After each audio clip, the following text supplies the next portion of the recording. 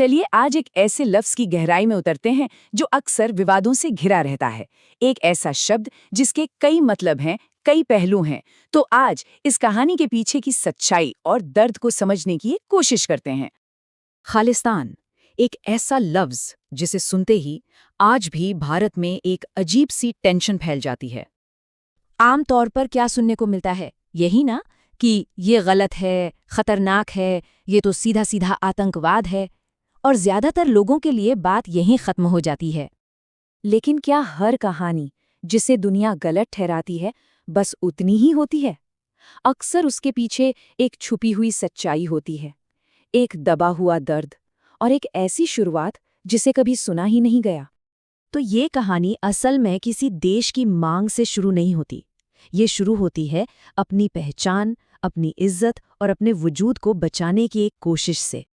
और इसकी जड़ें वो काफी गहरी हैं, इतनी गहरी कि ये हमें सीधे उस साल में ले जाती हैं जिसके जख्म शायद आज तक नहीं भरे। साल 1947।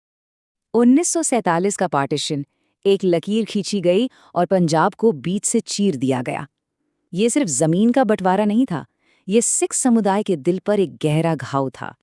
सोचिए जरा, लोगों ने अपनी पुरखों की जमीन खो दी, अपने घर खो दिए, कईयों ने अपने रिश्तेदार गंवा दिए, लेकिन सबसे बड़ी चीज जो उन्होंने खोई वो था सुरक्षा का एहसास, वो भरोसा कि वो महफूज हैं।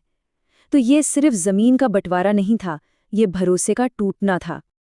और इसकी विडंबना देखिए, जिस कौम ने सदियों तक इस देश की लड़ाइयां लड़ी, पार्टीशन के बाद सबसे गहरे जख्म उन्हीं को मिले, और शायद सबसे ज्यादा अनसुने भी वही जख्म थे।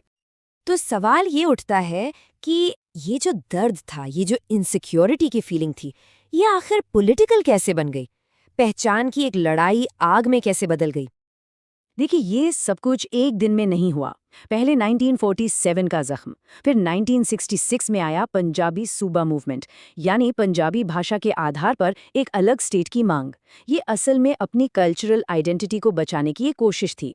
इसके बाद 1973 में आया आनंदपुर साहिब प्रस्ताव।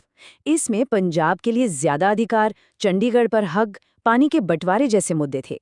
देखा जाए तो ये सिर्फ पॉलिटिकल डिमांड्स नहीं थीं, ये उस बेचैनी की आवाज थी जो सम्मान, भाषा और कल्चर को लेकर पैदा हो रही थी। और फिर इस कहानी में एंट्री होती है एक ऐसे विवादास्पद नाम की जिसने सब कुछ बदल दिया। जरनैल सिंह भिंडरांवाले। भिंडरांवाले, एक चेहरा लेकिन कहानियां दो। कुछ लोगों के लिए वो उन गांवों के नौजवानों की आवाज था जो नशे और बेरोजगारी में डूब रहे थे, तो वहीं दूसरों के लिए वो आग था जिसने पंजाब को जला दिया। एक तरफ हीरो, दूसरी तरफ विलेन, संत या उग्रवादी।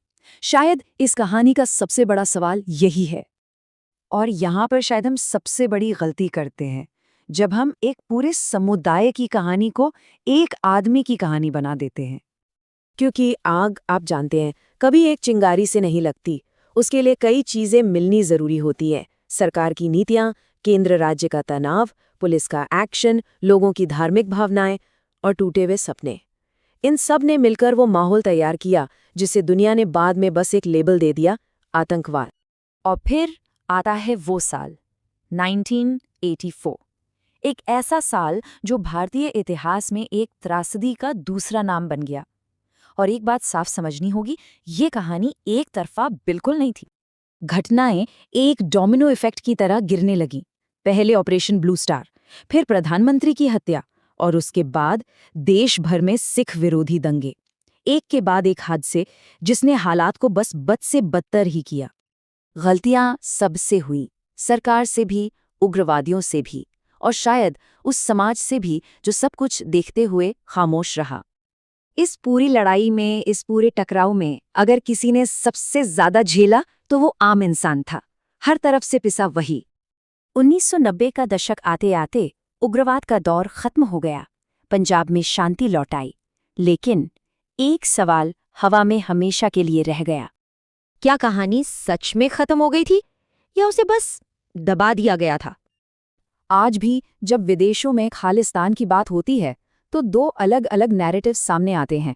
भारत कहता है ये राजनीति है, समर्थक कहते हैं ये हमारी पहचान है, और सच शायद इन दोनों के बीच में कहीं अटका हुआ है। तो इस पूरी चर्चा का आखिर मतलब क्या है? असली सबक ये नहीं है कि कौन सही था और कौन गलत। असली सबक ये है कि जब किसी समुदाय के दर्द को वक्त पर समझा नहीं जाता, तो वो दर्द एक आंदोलन बन जाता है। तो ये सवाल अपने आप से पूछना लाजमी है कि खालिस्तान सिर्फ एक राजनीतिक आंदोलन था या एक पूरे समुदाय की वो चीख जिसे किसी ने सुना नहीं। एक सपना या एक जख्म या फिर कुछ ऐसा जो हम आज तक समझ ही नहीं पाए? इसका फैसला इतिहास नहीं करेगा, बल्कि वो समाज करेगा जो अपने अतीत से सीखने के लिए तैयार हो।